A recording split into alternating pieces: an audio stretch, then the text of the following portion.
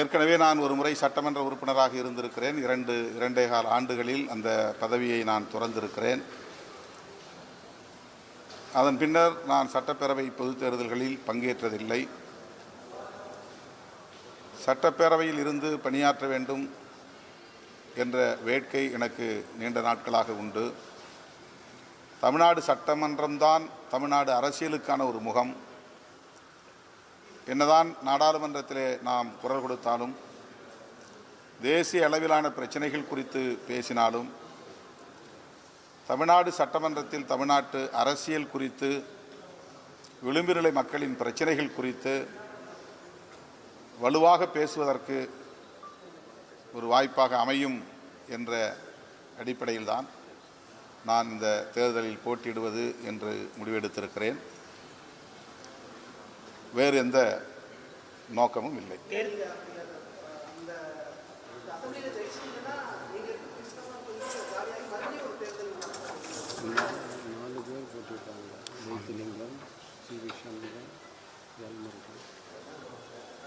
அதாவது ஏற்கனவே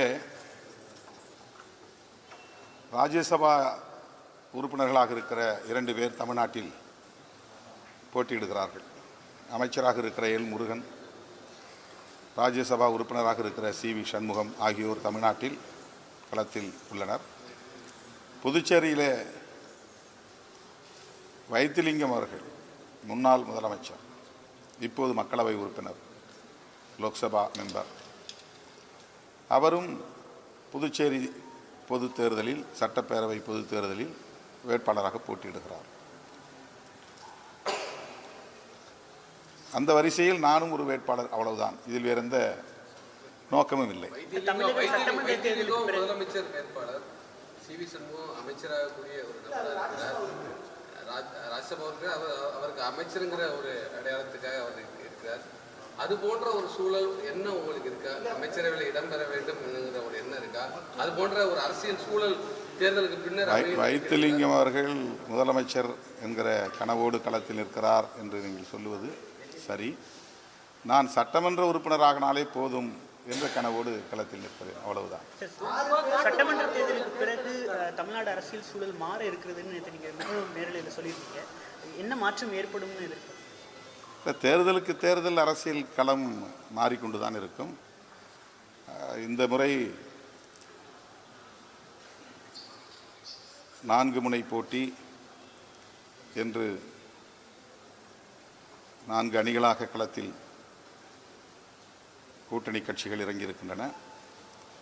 என்றாலும் கூட திமுக தலைமையிலான கூட்டணிக்கும்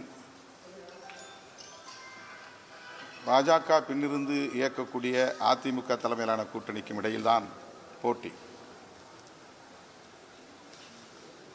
தேர்தல் முடிவுகள் திமுக தலைமையிலான கூட்டணிக்கு சாதகமாக இருக்கும் என்று பெரிதும் நம்புகிறோம். தமிழ்நாட்டு மக்கள் திமுக கூட்டணிக்கு பேராதரவு நல்குவார்கள் என்பதிலும் எமக்கு வலுவான நம்பிக்கை இருக்கிறது. அந்த கூட்டணியில் விடுதலை சிறுத்தைகள் முக்கியமான ஒரு சக்தியாக இருக்கும். அப்போது நானும் இந்த களத்திலே இருந்தால் இந்த கூட்டணியை இன்னும் வலுப்படுத்துவதற்கும் கட்டுக்கோப்பாக எடுத்துச் செல்வதற்கும் என்னாலான பங்களிப்பை செலுத்த முடியும் என்று நான் நம்புகிறேன். இன்றைக்கும் இந்த கூட்டணி சிதறாமல் கட்டுக்கோப்பாக களத்தை சந்திக்கிறது என்று சொன்னால் அதற்கு விடுதலை சிறுத்தைகளின் பங்களிப்பு முக்கியமானது என்பதை நான் பெருமையோடு சொல்ல கடமைப்பட்டிருக்கிறேன். இது சிதறிவிடக்கூடாது என்கிற பொறுப்புணர்வோடு நாங்கள் காய்களை நகர்த்தி இருக்கிறோம். எங்களையே துருப்புச்சீட்டாக்குவதற்கு பலர் முயற்சித்தார்கள். விடுதலை சிறுத்தைகளை பயன்படுத்தி திமுக கூட்டணியை பலவீனப்படுத்துவதற்கு, சிதறடிப்பதற்கு என்னென்னவோ முயற்சிகள் மேற்கொள்ளப்பட்டன. ஒரு சராசரி ஆளாக இருந்திருந்தால் அதற்கான வாய்ப்பை விடுதலை சிறுத்தைகள் கட்சி வழங்கியிருக்கிற ஒரு வரலாற்று பிழையை செய்திருக்கும். ஆனால் அதற்கு இடம் கொடுக்காமல் இந்த கூட்டணியை காப்பாற்றவும் கட்டுக்கோப்பாக இதனை வழிநடத்தி செல்வதற்கு கூட்டணியின் தலைவருக்கு உற்ற துணையாக இருப்பதற்கும் நாங்கள் பெரும்பங்கு ஆற்றியிருக்கிறோம் என்று பெருமையோடு சொல்ல கடமைப்பட்டிருக்கிறேன். தேர்தலுக்கு பின்னர்